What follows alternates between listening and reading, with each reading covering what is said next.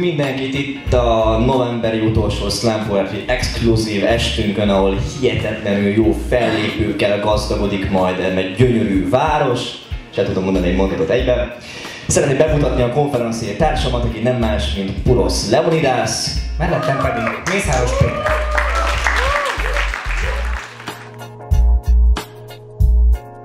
Következzen Fazekas Viktor. Ne versegj önmagaddal, legyetek inkább holt versenyben, ne akarj oda tartozni, ahova nem akarsz, ne hallgass másokra, ne hallgass valakire csak azért, mert egy mikrofon van a szája előtt, nem biztos, hogy jobban tud bármit. Mert azt gondolni, hogy én vagyok a hülye, mert azt gondolni, hogy te vagy a hülye, mert azt gondolni, hogy mindenki más a hülye. Ne próbálj mindig különbözni, ne próbálj mindig különlegesnek látszani, ne akarj más lenni, bőven elég az, aki vagy. És néha fújt ki magad. Nem azt kell gondolnod, hogy minden napot különleges. Néha élvezd a szürkeséget. Engedd, hogy a füled mellett robbanjanak ki a hétköznapi tüntetések. Tudd, hogy nem minden dal rólad szól, és hogy nem miattad ütik el a delet. És néha csak állj meg egy perc, hogy önmagadban nyomhass egy Ctrl, Alt, Delete.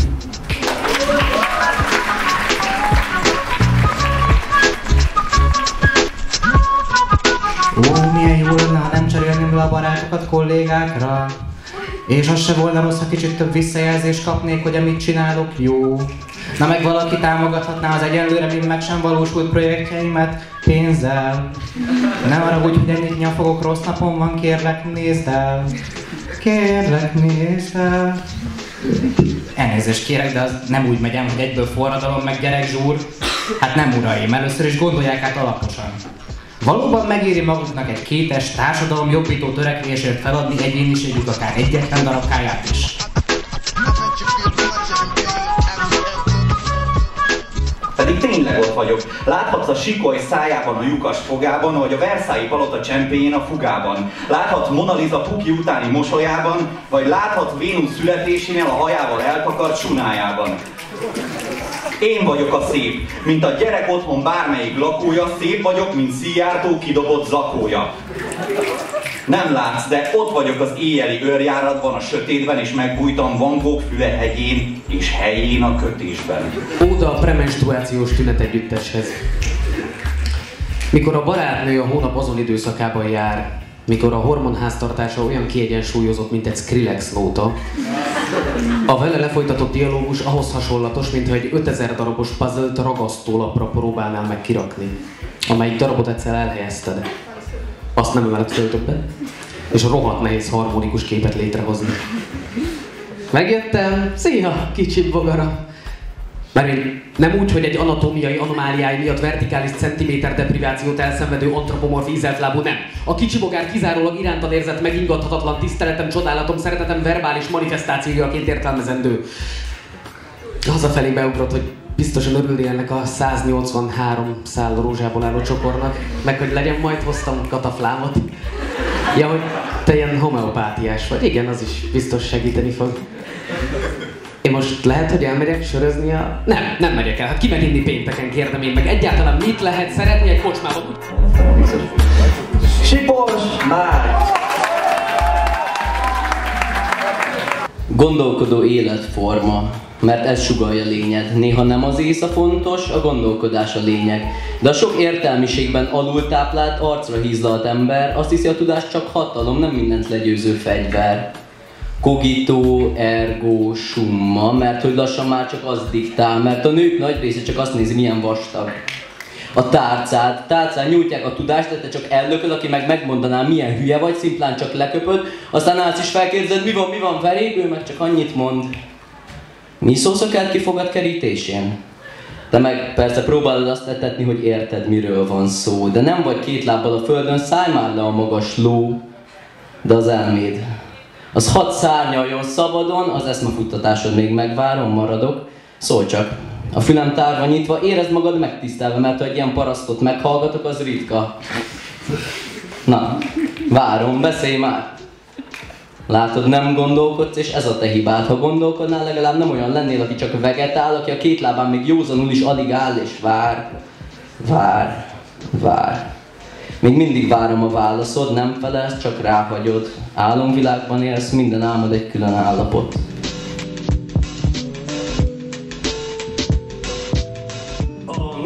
álmomban elbambultam, ahogy két hajléktalan filozófus hasított szőrszálat hámozott. Parázsló hangulatban keresték az élet értelmét, a dohányt. Van nálad Kant? Kérdezte Meddőn Descartes. Nietzsche, felelte a szerelem dalára Immanuel. A Kentucky Fried tövében csíkken éltek. Már alig hezitáltak a lábukon. Elfáradtak a gondolatok hullámlám tépte tengerén, leült a beszélgetésük is. Kant rádölt társára etikátlanul, elszundított, s álmomban Descartes cigiről álmodott. Azóta egy gondolat bánt engemet, hogy a bántó gondolat érzékelése szerint úgy tűnik, el kell fogadjam létemet. Ennek fényében tehát a gondolkodás általi meglétesülés egyfajta instant létpor feloldódása az agyvízben. Ha nem gondolkodok, megszűnök létezni? Vajon működik a tömegközlekedésen ez a tézis? Mert mi van, ha valakiről nem tudod eldönteni, hogy presszokratikus vagy csak kocsma töltelék? Van erre egy ötletem, mindkettő ugyanúgy beszél, egyformán bornírt baromságokat, élnek a hajrá Freudi elszólás szabadságával, de hallgatni már nem tudnak ugyanúgy, mert a csendhez intelligencia kell. Gondolkodok, múltat, jelent, de legfőképp azt lesem, hogy a jövő pókerasztalán nekem milyen napot osztanának. Feltűnt, hogy sokat írok az álmaimról mostanában, ezzel nem lenne baj, csak sajnos egyre ostobábban. Félek, parázok, remegek, minden külső impulzusban csak egy fos tovább van.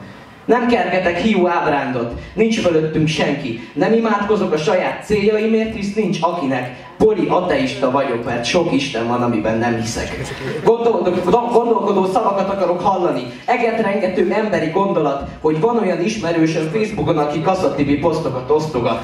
Mert a boldog történés előkelő, de a rémhír más. Előttem ezrek kívánják az újkori népírtást. Életed megőrizhetem, mert elmémben rét van, rajta nyilván a fák, de aztán rögtön rájövök, magyar vagyok, te meg egy másik magyar. Az egyetlen szavam hozzá nyilván a fák.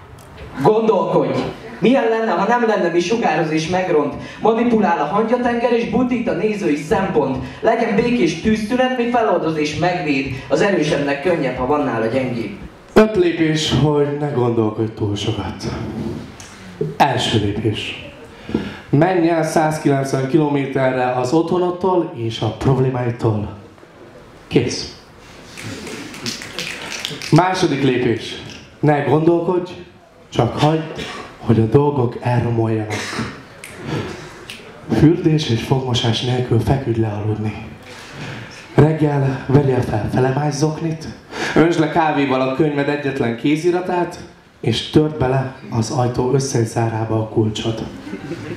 Este szűrő nélkül szívjél egy csomag dohányt, állítsd maximumra a fényerőt a telefonodon, rakd ki a kuka tetejére a másnapi reggelit, és várd meg, amíg elmegy előtted az utolsó villamos.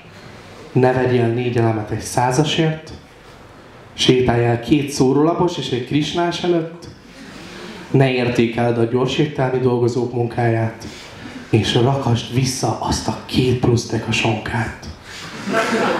Tente elme, tente, itt van már az este, az új és nagyon fejlett, agysorvasztott ember.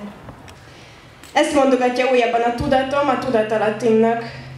Nagyon jól el tudnak beszélgetni mostanában, még akkor is, ha nem vagyok magamnál. Olyankor inkább kilépek a testemből egy másik univerzumba, ahol nem becsmérlik az emberek az elmém működését, nem mérik fel az intelligenciám hányadosát, nem követik le az okostelefonom tartózkodását még akkor sem, ha azt elhagytam, ellopták, eltüntették, megsemmisítették. Mert abban az univerzumban nincsenek telefonok, számítógépek, sőt, semmiféle olyan eszköz nincsen, ami a viszonylag magas technikai civilizáció jelenlétét tanúsítaná, mert ott nincsenek emberek sem. Egy légüres tér, egy írógép, egy toll, papír és én. Úgyhogy tollamból lassan már folyik a tinta, mert az őrület határán egyensúlyozok, mikor látom egy őszi éjjelen, hogy a telihold fénye a rétre hullik. Ilyenkor sokszor gondolkodóbbá esek. A baj csak az, hogy olyan mélyre, hogy elég nehéz onnan kimászni, hiába dob utánam a társadalom mentőkötelet. Gondolkodom, tehát az jut eszembe, hogy ma is elfelejtettem elmenni a személyimért a kormányhivatalba. Mondjuk a személyi képemen is úgy nézek ki, mint egy arab terrorista, de legalább igazoltatásnál látják a rendőrök, hogy magyar állampolgár vagyok. Az csak jó pont. Gondolkodom, tehát mindig elővétem a serpenyőt, hogy ne rétegződjön rá a zsír. Előre látó módon elköltöm a holnapi pénzem is sörre. Kiderült, hogy ezek az önmagukat felnőtt embernek nevezni merészelő egyedek. Képtelenek voltak tudtomra adni azt a végtelenül egyszerű információt, miszerint musculus quadriceps femoris, musculus flexor hallucis longus, musculus gluteus maximus, valamint további pár tucat izmom és cerebellum agy részem használata a járás kulcsa. Tudatlanságuk nem csak nevetséges volt, de már furcsa. Viszont sok beszédnek sok az alja. A magyar nyelv a gondolkodást a gond szótőből származtatja. És valami engem sem hagy nyugodni. Most már évek óta. Mert én gondolkodom. Tehát hogy az Istenbe hinnék, Istenbe ne hinnék. 12 hónaposan elvittek a templomba, hogy megkereszteljenek. Mi voltunk ott meg egy másik család.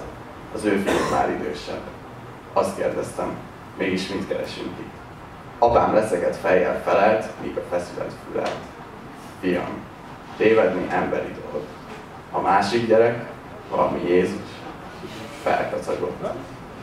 Azóta előbb gondolkodom, és csak semmi tehát. Néha inkább hallgatom.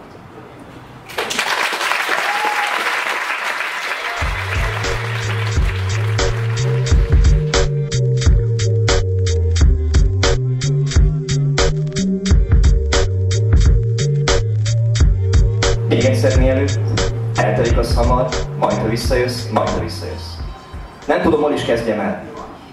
A zsíros új lenyomatodat törölgetem a közterek podjairól. Belefogdostad a várost. Masszatoni mész most Milánóba. Én egy zacskós levesbe emlékszem bele a hajszínet, csomagoltam neked torogombócot. Egy kiadó sziával tartva pihenőt. Még egyszer mielőtt, még egyszer mielőtt, még egyszer mielőtt, még egyszer mielőtt, még egyszer mielőtt. Van ez az akkanásom. Néha belém költözik egy szó vagy egy mondat. Belém fekszik és szétúrja az ágyneműt, összeizzadja a lepedőt. Nem ének, vagy dallam, csak mondatok. Azt képzelem, hogy azért nem mennek el, mert várják, hogy értelmet nyerjenek valamikor. Még egyszer megértsem őket mielőtt. Hallod? Ez is ilyen volt. Gyönyörű, gyönyörű, gyönyörű, gyönyörű, gyönyörű. Elfog a generációs hányinger, hogy több ezer kilométerről minden nap látni fogom az állapot frissítéseit, és ha megosztod valaki másnak a pirkadatot, már fel sem kell néznem a saját egemre, hogy lássam, milyen gyönyörű. Hallod? Ez is ilyen volt. Egyszer csak megszűnik létezni a szó. Nikotinos szájszagú ürességet hagyva maga után. Csámcsogom jól esően a csöndet. Ez az érdekes az elengedésben. Ha valami útra kell, egy idő után már az emlékének sem emlékszik a kezed. Visszafehéredik a bőrfelszín, nem vág már a bevásárlószatyor. Hadd menjen, hadd menjen, hadd menjen, hadd menjen, hadd menjen. Fejembe költözött, csak ez megy éppen, mi menjen el, hová, mi menjen el, hová megy. A sálam a metrón, a metró, az elhagyott kreditjeim, a szoctám, a pikmix, a menj csak előre, majd beérlek. A félig szívott százas multi a lábad alatt, a 2 évnyi próbálkozásom, hogy megtanítsalak tekerni. Most meg azt sem tudom, mit szívsz, mert sosem maradok annyit, hogy sóváreg utánunk. Nem lehetne bíró Denise. Olyan édes lennék, mint Mici Mackónak a mézesből Denise. Lányként fiús panok közt lógnék, lennék fullos kockalány, úgy sísz, mint egy csaj. Hát persze, mert az vagyok, röhögve mondanám, de ha tényleg lány lennék ebben a testben, a bevándorlási és állampolgársági hivatalt kéne felkeresnem, ahol pszichotesztek döntenék el, hogy elmebetegnek tartanak, vagy csak embernek. Tűnődsz, mert saját képedben nem látod saját magad. A falon egy tükör. Doppelgengered mosolyog rád. Ismét halkopogást hallasz, de az ajtón nincs kilincs. A falon sorba lógva, mint egymás következményeiként egyre nagyobb és nagyobb festmények. Szebbnél szebbek. Bábel tornyának a képe a tükör előtt. Bábel tornyának a képe a tükör előtt, hogy hirtelen összedől. Bábel tornyának a képe a tükör előtt, hogy saját testvérével tükörképeként, ikrekként összedől. 3-2 arányban, ez ott van. 3-2 arányban Lados Csaba lett a második, és Békési Zoltán Zeponon Dudora a harmadik. Nagy tapsok neki! Elgondolod ebben a mikrofonban, de ahogy itt a mikrofonban beszél, mit nyertek? Mit csinál? Mit nyertek? Pénzt. Pénzt nyertek! az első helyezett. 2000-ben fölveztem. 2015-ben. Úgyis a novemberi utolsó Slamworthy rendezvényen. Itt a gondolkodom tehát Szegedi Görögök rendezésében. Az első helyezett. Nem más víz. A méltán híres. Ez egy... D-Nagy Bence! D-Nagy Bence!